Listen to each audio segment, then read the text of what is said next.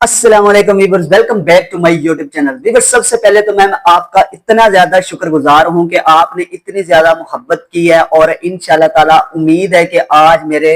500 subscriber जो हैं वो भी इंशाल्लाह ताला कंप्लीट हो जाएंगे। इसके साथ साथ वीवर्स, मैं आपके लिए एक बार फिर से गुड न्यूज लेकर हाजिर हुआ हूं। जिस तरह से मैं पहले की तमाम वीडियोस में आपको नई जॉब्स के रिलेटेड अपडेट देता रहता हूं, लेकिन आज की इस वीडियो में मैं जो आपको जॉब्स के रिलेटेड अपडेट देने जा रहा हूं, अक्सर स्टूडेंट्स को उसका बड़ी बेचैनी से इंतजार था।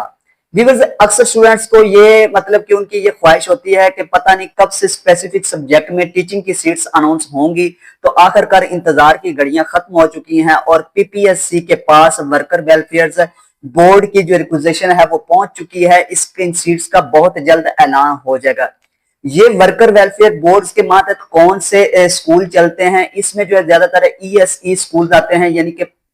एलिमेंट्री स्कूल एजुकेटर्स, यानी कि इसकी सीट्स हैं। और मैं इस पर पूरी तफसील के साथ बात करूंगा कि ये जो वर्कर वेलफेयर बोर्ड के मातहत स्कूल आ रहे हैं ये कौन से हैं, इनका क्या काम होता है। लेकिन इससे पहले मैं आपको बता देना चाहता हूं कि इसमें कौन कौन सी सीट्स जो हैं वो आ रही हैं और कौन कौन से लोग अप्लाई कर सकते हैं, उनकी एज क्या होगी, कितनी क्वालिफिकेशन की डिमांड की गई है। ये तो वो तमाम बातें हैं जो कि हर स्टूडेंट्स के लिए जानना बेहद जरूरी है। और इसके साथ साथ मैं आपको बताऊंगा कि आपने इसकी तैयारी किस तरह से करनी है और कितना टाइम आपको दिया जाएगा। तो वीडियो को आपने एंड तक लाजमी देखना है। इस वीडियो के एंड पे मैं बताऊंगा कि ये जो वर्कर वेलफेयर बोर्ड के मातहत स्कूल चलते हैं ये किस तरह से इनका सिस्टम होता है, क्या ये गवर्नमेंट के आम स्कूल्स की तरह होते हैं या फिर इनका जो सिस्टम है थोड़ा सा इनसे मुख्तलिफ होता है। तो आपने इस वीडियो को स्किप नहीं करना, इसको एंड तक लाजमी देखना है। तो चलो वीवर, स्टार्ट करते हैं बगैर किसी टाइम को वेस्ट किए हुए। सबसे पहले वीवर से मैं आपको बता देता हूं कि इसमें सब्जेक्ट वाइज सीट्स अनाउंस होने जा रही हैं। इसमें जनरल सीट्स भी हैं, उनका भी ऐलान किया जाएगा, लेकिन इसके साथ साथ सब्जेक्ट वाइज भी सीट्स अनाउंस होने जा रही हैं। कौन से सब्जेक्ट में कितनी सीट्स अनाउंस होंगी इस पर पूरी तफसील के साथ बात करेंगे। अगर हम सबसे पहले व्यूअर्स देखें तो इंग्लिश सब्जेक्ट जो है इसकी सीट्स अनाउंस होने जा रही हैं। टोटल 30 सीट्स होंगी जिसमें मेल और फीमेल दोनों अप्लाई कर सकेंगे। इसके बाद व्यूअर्स मैथ के सब्जेक्ट में कुछ सीट्स अनाउंस होंगे, तकरीबन 40 सीट्स जो है वो मैथ सब्जेक्ट में अनाउंस होने जा रही हैं। इसके अलावा जो 50 सीट्स हैं वो फिजिकल एजुकेशन में जो है ना इनका ऐलान किया जाएगा, यानी कि जिन्होंने फिजिकल एजुकेशन की कंप्लीट डिग्री हासिल की हुई है तो उनके लिए जो है वो 50 से प्लस सीट्स का जो है ना वो ऐलान किया जाएगा, जिसमें मेल और फीमेल दोनों अप्लाई कर सकते हैं। इसका ये एज का क्राइटेरिया क्या होगा इस पर पूरी तफसील के साथ बात करूंगा, क्योंकि बहुत सारे स्टूडेंट्स को एज के हवाले से बड़ा इशू होता है। जिस तरह से ये पिछले दिनों में सब इंस्पेक्टर की सीट्स का ऐलान किया गया है जिसमें एज का इतना ज्यादा इशू था, क्योंकि ज्यादातर परेशानी होती है जिस तरह से पाकिस्तान में जॉब्स की सूरत हाल है, बहुत मुश्किल से जॉब्स आती हैं। तो उसमें अगर आती हैं तो बहुत सारे स्टूडेंट्स की उम्र जो है ना वो गुजर चुकी होती है। अब जो पिछले दिनों में सब इंस्पेक्टर की सीट्स का ऐलान किया गया था उसमें जो एज है उसकी इतनी शॉर्ट लिमिट रखी गई थी, यानी कि 20 से लेकर 25 साल तक रखी गई थी। और 25 साल तो आजकल मतलब कि इतनी ज्यादा, क्योंकि इतने ज्यादा जो है ना वो जॉब्स आती नहीं है और 25 साल तक एज कोई नहीं। और इसमें किसी किस्म की रिलैक्सेशन भी नहीं दी गई, लेकिन इसमें रिलैक्सेशन भी दी गई है। मैं प्रॉपर आपको जो है ना वो गाइड करूंगा। अच्छा, फिजिकल एजुकेशन की जो है ना वो 50 सीट्स अनाउंस होने वाली हैं। इसके अलावा मतलब कि इंग्लिश की सीट्स आ रही हैं, मैथ की सीट्स आ रही हैं, फिजिकल एजुकेशन की सीट्स आ रही हैं और इसमें अरेबिक सब्जेक्ट, यानी कि जिन्होंने अरेबिक की डिग्री हासिल की हुई है उनके लिए जो है ना वो 40 सीट्स का ऐलान किया जाएगा। इसके बाद वीवर जो साइंस सब्जेक्ट्स हैं, साइंस सब्जेक्ट में तकरीबन 90 सीट्स अनाउंस होने वाली हैं, जिसमें 60 जो है वो 60% जो है वो मेल के लिए होंगी और 30% जो है वो फीमेल के लिए होंगे। अच्छा, अगर हम सब्जेक्ट साइंस सब्जेक्ट में देखें तो इसमें कौन कौन से सब्जेक्ट आते हैं, इसमें बायो, केमिस्ट्री और फिजिक्स जो मेजर सब्जेक्ट हैं साइंस के वही आते हैं। लेकिन इन तीनों सब्जेक्ट में जो है ना वो 90 सीट्स अनाउंस होने जा रही हैं, जिसमें मेल और फीमेल दोनों अप्लाई कर सकते हैं। अच्छा वीवर, ये वो सीट्स हैं जो जिनमें जो है ना वो स्पेसिफिक सब्जेक्ट को टारगेट किया गया है, यानी कि जिसमें जिस सब्जेक्ट की सीट्स अनाउंस होगी उसी सब्जेक्ट वाले स्टूडेंट जो है ना वो उस पर अप्लाई कर सकेंगे। फॉर एग्जांपल, अगर इंग्लिश की सीट्स अनाउंस होने जा रही हैं तो इंग्लिश के सब्जेक्ट वाले जो है ना वो इंग्लिश में ही कर सकेंगे, ना कि मैथ वाले इंग्लिश में कर सकेंगे या फिर इंग्लिश वाले मैथ सब्जेक्ट में कर सकेंगे, क्योंकि ये स्पेसिफिक सीट्स हैं। इनको स्पेसिफिक सब्जेक्ट में डिवाइड किया गया है। जिस सब्जेक्ट की सीट्स होगी सिर्फ उसी सब्जेक्ट की डिग्री हासिल करने वाले स्टूडेंट्स उस पर अप्लाई कर सकेंगे। ये बकायदा तौर पर पीपीएससी के जरिए इनका रिटर्न टेस्ट होगा और पीपीएससी के जरिए ही इनका जो है ना वो इंटरव्यू कंडक्ट किया जाएगा। लेकिन ये किस डिपार्टमेंट के तहत इनकी अनाउंसमेंट होने जा रही है, इनका जो बेसिक डिपार्टमेंट है वो वर्कर वेलफेयर बोर्ड के मातहत जो स्कूल चलते हैं पंजाब के अंदर, यानी कि पंजाब में जो स्कूल चल रहे हैं वर्कर वेलफेयर बोर्ड के मातहत, उनके लिए ये इन सीट्स का ऐलान किया जा रहा है। टीचिंग की ये सीट्स हैं जिनका जो रिटन टेस्ट और इंटरव्यू कंडक्ट वो पीपीएससी कंप्लीटली तौर पर करेगा। अच्छा, ये स्पेसिफिक सब्जेक्ट में जो सीट्स आई हैं इसके बारे में मैंने आपको पूरी तफसील के साथ बता दिया है कि इसमें इंग्लिश की सीट्स अनाउंस होने वाली हैं, मैथ की सीट्स अनाउंस होने वाली हैं, इसके अलावा साइंस सब्जेक्ट की सीट्स अनाउंस होने वाली हैं और इसमें जो है ना वो अरेबिक की भी सीट्स आ रही हैं। इसमें स्पेसिफिक सब्जेक्ट में सिर्फ स्पेसिफिक जिन्होंने उसी सब्जेक्ट के रिलेटेड डिग्री हासिल की होगी सिर्फ वही लोग अप्लाई कर सकेंगे। लेकिन व्यूअर्स इसके साथ साथ एक और खुशखबरी की बात यह है कि इसमें कुछ ईएसई यानी कि एलिमेंट्री स्कूल एजुकेटर की जर्नल सीट्स भी अनाउंस होने वाली हैं, वो भी इसी हिस्से में ही शामिल हैं और वो टोटल 30 सीट्स हैं। अच्छा, ये जर्नल सीट्स का मतलब ये है कि इसमें जो है ना वो किसी भी सब्जेक्ट से बिलोंग करने वाले स्टूडेंट जो है वो इस पर अप्लाई कर सकते हैं, चाहे उन्होंने मैथ की डिग्री हासिल किया या फिर इंग्लिश की या फिर बायो केमिस्ट्री फिजिक्स या फिर इसके अलावा फिजिकल एजुकेशन की डिग्री हासिल की हुई है। तो ये जो जर्नल सीट्स हैं इसमें वो तमाम सब्जेक्ट की डिग्री हासिल करने वाले स्टूडेंट जो है वो इस पर अप्लाई कर सकेंगे। इसमें जो दो चीजें खास हैं, जो स्पेसिफिक सब्जेक्ट की जॉब्स अनाउंस होने वाली है जिसमें स्पेशल पर्सन जो है ना वो उसी सब्जेक्ट में की डिग्री हासिल करने वाले स्टूडेंट जो है वो उसी सब्जेक्ट में अप्लाई करेंगे। उनके लिए अगर हम एजुकेशन का क्राइटेरिया देखें तो उनके लिए जो है ना वो मास्टर की डिग्री हासिल करना लाजमी है, यानी कि उन्होंने मास्टर लाजमी किया होगा तो तभी जाकर वो इस पर अप्लाई कर सकेंगे। लेकिन इसके साथ साथ जो जर्नल की पोस्ट अनाउंस होने वाली है इसमें आपकी जो एजुकेशन की रिक्वायरमेंट है उसको अगर हम देखें तो वो आपका ग्रेजुएशन होना लाजमी है, यानी कि 14 ईयर्स की आपकी एजुकेशन होना लाजमी है, तब जाकर आप इस पर अप्लाई कर सकेंगे। अच्छा व्यूअर्स, अगर हम इसमें एज की बात करें इसके बाद हम देखेंगे कि इसका जो टेस्ट होगा वो किस तरह से होगा। क्या पीपीएससी जिस तरह से आम मतलब के दूसरे पेपर्स कंडक्ट करता है कि उसमें जो है ना वो 9 से 10 मज़ामीन का जो है ना वो मिक्सचर जो होता है वो शामिल होता है, क्या उस तरह इसका जो है वो पेपर लिया जाएगा या फिर इसका पेपर जो है वो थोड़ा सा मुख्तलिफ लिया जाएगा। तो आपने इस वीडियो को एंड तक लाजमी देखना है, मैं पूरी तफसील के साथ साथ आपको बताऊंगा कि आपने इसकी तैयारी भी किस तरह से करनी है। अच्छा, अक्सर स्टूडेंट्स को जो है ना वो एज का प्रॉब्लम हो जाता है कि उनकी एज गुजर चुकी होती है, बाद में सीट्स अनाउंस होती हैं तो इतनी ज्यादा मुश्किलात हो जाती हैं उनके लिए जिन्होंने इतनी ज्यादा मेहनत की होती है, लेकिन अगर सीट्स आती हैं तो उनकी एज की वजह से जो है ना वो इस पर अप्लाई नहीं कर सकते, इसके लिए जो है ना वो डिस्क्वालीफाई समझे जाते हैं।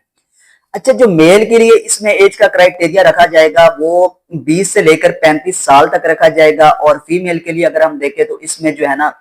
वो 20 से लेकर 38 ईयर्स तक रखा जाएगा, यानी कि 38 साल तक फीमेल की एज को देखा जाएगा। इस तरह से इसकी एज को कंडक्ट किया जाएगा। अगर आपकी एज 35 साल से लेकर मेल की है तो अगर फीमेल की 38 साल तक है तो आप इसके लिए जो है ना वो एलिजिबल समझे जाएंगे। देखें मतलब कि बहुत ज्यादा स्टूडेंट्स को मैं फिर बार बार एज के हवाले से इसलिए कहता हूँ कि सबसे ज्यादा जो इशू होता है वो मेल या फीमेल के लिए वो एज का होता है। तो आप अपनी तैयारी अभी से स्टार्ट करते हैं, ये आपके लिए गोल्डन चांस है। आपने इतनी ज्यादा, क्योंकि कंपटीशन बहुत ज्यादा सख्त होगा, तो आप अपनी अब अगर आप कोई पहले से किसी जॉब की तैयारी कर रहे हैं तो उसको कंटिन्यू करें, लेकिन इसके साथ साथ इसके लिए भी जो है ना वो थोड़ा सा टाइम निकाल दें,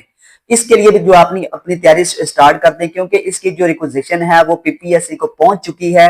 बहुत जल्द इंशाल्लाह ताला अगर मुल्क के हालात बेहतर रहे तो अक्टूबर के एंड में या फिर नवंबर के स्टार्टिंग में इसकी जो है ना वो इसका जो इश्तिहार है वो पीपीएससी की ऑफिशियल वेबसाइट पर कंप्लीटेड तौर पर जो है ना वो शाया कर दिया जाएगा। तो अक्सर ये होता है कि आजकल जो भी सीट्स अनाउंस हो रही हैं उनके लिए इतना ज्यादा जो है ना वो शॉर्ट टाइम दिया जाता है तैयारी के लिए। किसी के लिए 15 दिन दिए जाते हैं तो किसी के लिए 20 दिन दिए जाते हैं और किसी के लिए जो है ना वो 1 मंथ दिया जाता है। अगर आप इस चीज के इंतजार में बैठे रहेंगे कि जब सीट्स अनाउंस होंगे तो तब आप इसकी तैयारी स्टार्ट करेंगे कि पता नहीं फिर अनाउंस होंगी कि नहीं होंगे, व्यूअर्स देखिए, कोई भी सीट जब पीपीएससी को उसकी एप्लीकेशन पहुंच जाती है, उसकी रिक्वेस्ट पहुंच जाती है, तो वो इंशाल्लाह ताला लाजमी अनाउंस हो जाती है। अगर बाखुदा अल्लाह ताला करे कि हमारे मुल्क के हालात बेहतर रहें, और इसका जो है ना वो इश्तिहार बहुत जल्द पीपीएससी की ऑफिशियल वेबसाइट पर शाया कर दिया जाएगा। मैंने आपको इसकी एज के हवाले से भी कंप्लीट बता दिया कि इसमें कितनी एज देखी जाएगी, आपकी एजुकेशन क्या होनी चाहिए, कौन सी सीट्स अनाउंस होने वाली है, किस सब्जेक्ट में होंगे, जर्नल भी आ रही है, इस पर पूरी तफसील के साथ मैं आपको बता रहा हूँ। अच्छा, ये जो वर्कर वेलफेयर बोर्ड के मातहत ये जो स्कूल होते हैं, क्या ये पंजाब के तमाम जो है वो जिला डिस्ट्रिक्ट या तहसील, ये पंजाब के हर कोने में होते हैं, क्या ये किसी खास इजला में शामिल किए जाते हैं? तो वीवर ये वो स्कूल होते हैं जहां पर मजदूर, अच्छा ये जो वर्कर वेलफेयर बोर्ड है, ये एक जो है ना इसका भी लिंक जैसे labour and human resource department का होता है, मजदूर अफराद के साथ होता है, तो ये स्कूल भी जो है ना मजदूर के बच्चों के लिए बनाए जाते हैं स्पेशल तौर पर। अच्छा, ये पंजाब के तकरीबन है तमाम इजला के अंदर तो नहीं होते, जो बड़े बड़े इजला होते हैं जैसे लाहौर हो गया, रावलपिंडी हो गया, फैसलाबाद हो गया, इसके अलावा जितने भी बड़े इजला हैं वहां पर ये बनाए जाते हैं, और स्पेशल तौर पर उन एरियाज में बनाए जाते हैं जहां पर फैक्ट्रीज होती हैं, ताकि जो मजदूर के बच्चे होते हैं, जो लेबर्स के बच्चे होते हैं, वो आसानी से बगैर किसी मतलब के मुश्किलात के इनमें अपनी जो है ना वो एजुकेशन हासिल कर सकें। ये ईएसई यानी कि एलिमेंट्री स्कूल एजुकेटर की सीट्स अनाउंस होने जा रही हैं। अच्छा, ये वर्कर वेलफेयर के बारे में मैंने आपको कंप्लीट बता दिया है कि इसके अंडर कौन से स्कूल आते हैं। अच्छा, दूसरी बात यह है कि कुछ स्टूडेंट्स को ये उनके माइंड में होगा, तो अगर उनके जिले में ये अगर स्कूल फॉर एग्जांपल स्कूल नहीं है तो वो इस पर अप्लाई नहीं कर सकेंगे। ऐसा तो विवर बिल्कुल नहीं होगा, बल्कि ये जो इस पर एप्लीकेशन होगी वो पंजाब के तमाम स्टूडेंट्स जो है ना वो इस पर अप्लाई कर सकेंगे। इसमें किसी किस्म की जो है ना वो रिस्ट्रिक्शन नहीं होगी कि सिर्फ अगर फॉर एग्जांपल इस जिले में ये सीट्स अनाउंस हुई हैं तो दूसरे जिले वाले जो स्टूडेंट्स है वो इस पर अप्लाई नहीं कर सकेंगे, क्योंकि उस जिले में जो है ना वो वर्कर वेलफेयर के बोर्ड के में आता है, तो कोई भी उस तरह का स्कूल जो है ना वो नहीं बनाया गया। ऐसा बिल्कुल नहीं होगा, बल्कि जब इस पर एप्लीकेशन जो है ना वो सबमिट होंगे तो इसके लिए जो है ना वो ऑप्शन तमाम स्टूडेंट्स के लिए होगा। पंजाब के जितने भी स्टूडेंट्स बिलोंग करते हैं पंजाब के एरिया से, वो तमाम के तमाम इनके लिए जो है ना वो अप्लाई कर सकेंगे। अगर हम वीवर से इसके पेपर की तैयारी करें देखें या इसकी तैयारी किस तरह से करनी है, क्योंकि अभी तक इसकी सीट्स अनाउंस होंगी, जब अनाउंस होंगी तो तब जाकर इसका जो है ना वो सिलेबस है अपलोड किया जाएगा, इसके सिलेबस के बारे में कंप्लीट इंफॉर्मेशन दे दी जाएगी। लेकिन इससे पहले जो मतलब के इन सीट्स का ऐलान किया गया था पीपीएससी के जरिए, तो अगर उसके सिलेबस को देखते हुए इस पर हम बात करें तो पहले ये होता था कि 50% जो है ना वो जीके शामिल किया जाता था, और 50% जो है वो आपके सब्जेक्ट के रिलेटेड सवाल आते थे। यानी कि 50% जीके का पोर्शन होता था और 50% जो है वो आपके सब्जेक्ट के रिलेटेड सवाल आते थे। अब मुझे मतलब कि जो मेरी राय है, अब मुझे लगता है कि ऐसा बिल्कुल नहीं होगा।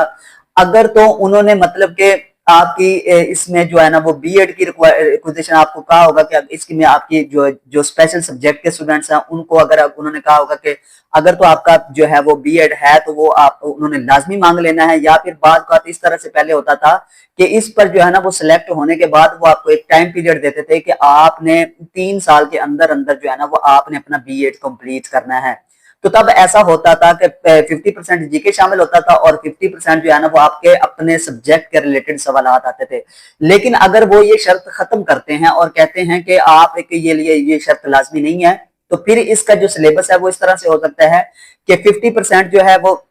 आपके अपने सब्जेक्ट में से सवाल आ सकते हैं, और 50% जो है वो पेडागोजी के हवाले से सवाल आ सकते हैं। यानी कि बीएड के हवाले से जिस तरह से सवाल होते हैं कि टीचिंग किस तरह से करनी होती है, ये जो भी पेडागोजी के सवाल होंगे उसके हवाले से सवाल आ सकते हैं। लेकिन हाँ, एक बात यह है कि जो जनरल सीट्स अनाउंस होने वाली हैं 30 सीट्स है, उसमें यह हो सकता है कि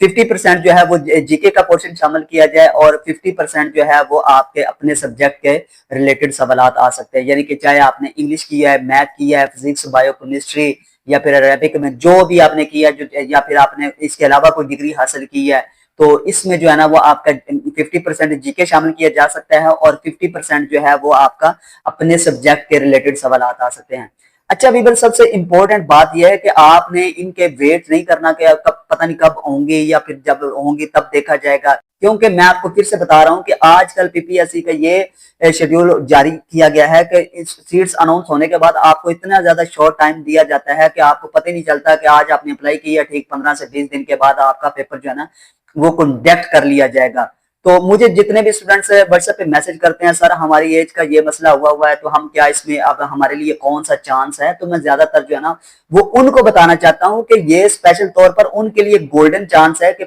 ये तकरीबन 2-3 साल पहले ये सीट्स अनाउंस हुई थी। अब ये 2025 में इनका दोबारा से जो है ना वो अनाउंसमेंट होने जा रही है। अगर मुल्क की हालात बेहतर है तो इंशाल्लाह ताला अक्टूबर के एंड में इनका ऐलान कर दिया जाएगा, 15 से 20 दिन के बाद, या फिर नवंबर के स्टार्टिंग में इनका ऐलान कर दिया जाएगा। तो आप अपनी तैयारी जो है ना वो अभी से स्टार्ट करते हैं। वो स्टूडेंट्स जो पहले किसी पेपर की तैयारी कर रहे हैं वो ज्यादातर फोकस जो है ना वो उसी पे दें, और इसके साथ साथ ना अपना माइंड सेट जो है ना वो इस साइड पे भी ले आए कि हमने इसके बाद जो है ना वो इसकी तैयारी भी स्टार्ट करनी है, और इसके लिए भी जो है ना वो थोड़ा सा टाइम जो है ना वो अपना मैनेजमेंट कर लें, और इसके लिए भी जो है ना वो अपनी तैयारी जो है ना वो उसको स्टार्ट कर दें। अच्छा, इसमें आपने अपनी तैयारी के हवाले से किस तरह से स्टार्ट करनी है, जिस तरह से मैंने आपको बता दिया है कि 50% जो है ना वो आपके अपने सब्जेक्ट के रिलेटेड सवाल आएंगे। जिन्होंने जो भी डिग्री हासिल की हुई है, फॉर एग्जांपल जिसने इंग्लिश की डिग्री हासिल की है, वो अपने 50% यानी कि अपना तकरीबन 50% जो है ना अपनी तवज्जो जो है ना वो अपने सब्जेक्ट पे लगा दे, यानी कि उसको अपने सब्जेक्ट में कंप्लीटली तौर पर जो है ना वो अबूर हासिल हो जाना चाहिए।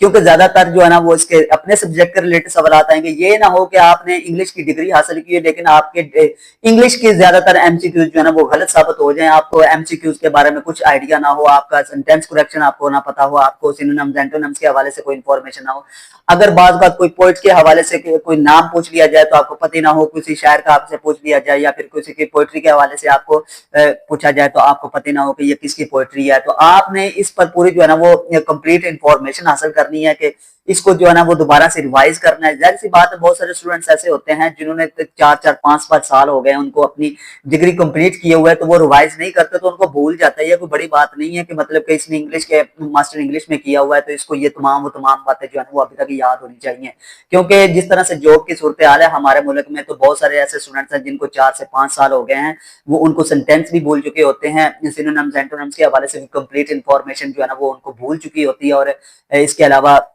जो है active voice, passive wise, direct, indirect, उनको जो ना जस्ट आपने रिवाइज करना है, क्योंकि पढ़ा तो आपने सब कुछ पहले से हुआ है। तो आपने आपको फॉर एग्जांपल अगर आपका इंग्लिश का सब्जेक्ट है, आपने इंग्लिश में अप्लाई किया हुआ है, तो आपको इंग्लिश के एंटोनिम्स, सिनोनिम्स, इसके अलावा active voice, passive wise, direct, indirect, इसके अलावा पोएट्री के हवाले से, इसके अलावा पोएट्स के नेम, उनकी पोएट्री, इसके बारे में आपको इतनी ज्यादा इंफॉर्मेशन होनी चाहिए ताकि आपको इस चीज का आइडिया हो। अभी से अगर आप तैयारी स्टार्ट कर देंगे तो आपको तभी से मतलब कि आप जस्ट रिवाइज करेंगे ना, तो आपको जब इस पर अप्लाई हो जाएगा, इसकी सीट्स अनाउंस हो जाएंगी, लेकिन मुझे इतनी श्योरिटी है कि इसका जो सिलेबस है वो इसी तरह से रखा जाएगा, लेकिन हो सकता है कि इसमें कुछ चेंजिंग्स कर दी जाएं, क्योंकि ज्यादातर तो यही होता है, लेकिन हो सकता है, मैं कोई कंफर्म नहीं कहता। देखिए ये एक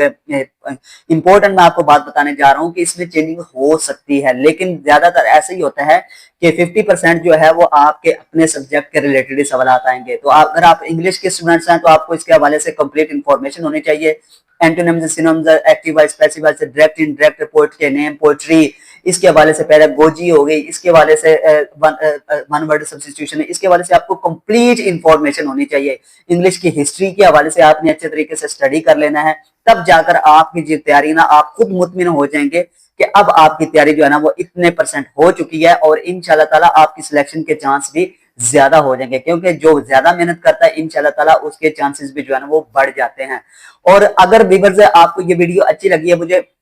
सबसे ज्यादा खुशी होती है कि जब आप हमसे मोहब्बत करते हैं, हमारी वीडियो को लाइक करते हैं, अपने फ्रेंड्स के साथ शेयर करते हैं, और हमारे चैनल को सब्सक्राइब करते हैं और हमें सपोर्ट करते हैं। तो हमारा दिल करता है कि आपको सबसे पहले जो है ना वो कोई भी अगर नई अपडेट्स आए तो सबसे पहले जो है ना वो आपको दें। तो मजीद इस तरह के गाइडलाइंस और टिप्स हासिल करने के लिए व्यूअर्स काइंडली हमारे चैनल को सब्सक्राइब कर लें, और अगर आपको ये वीडियो अच्छी लगी है तो अपने फ्रेंड्स के साथ भी लाजमी शेयर करें, और इंशाल्लाह ताला मिलते हैं नेक्स्ट वीडियो में। तो आज के लिए अल्लाह हाफिज़।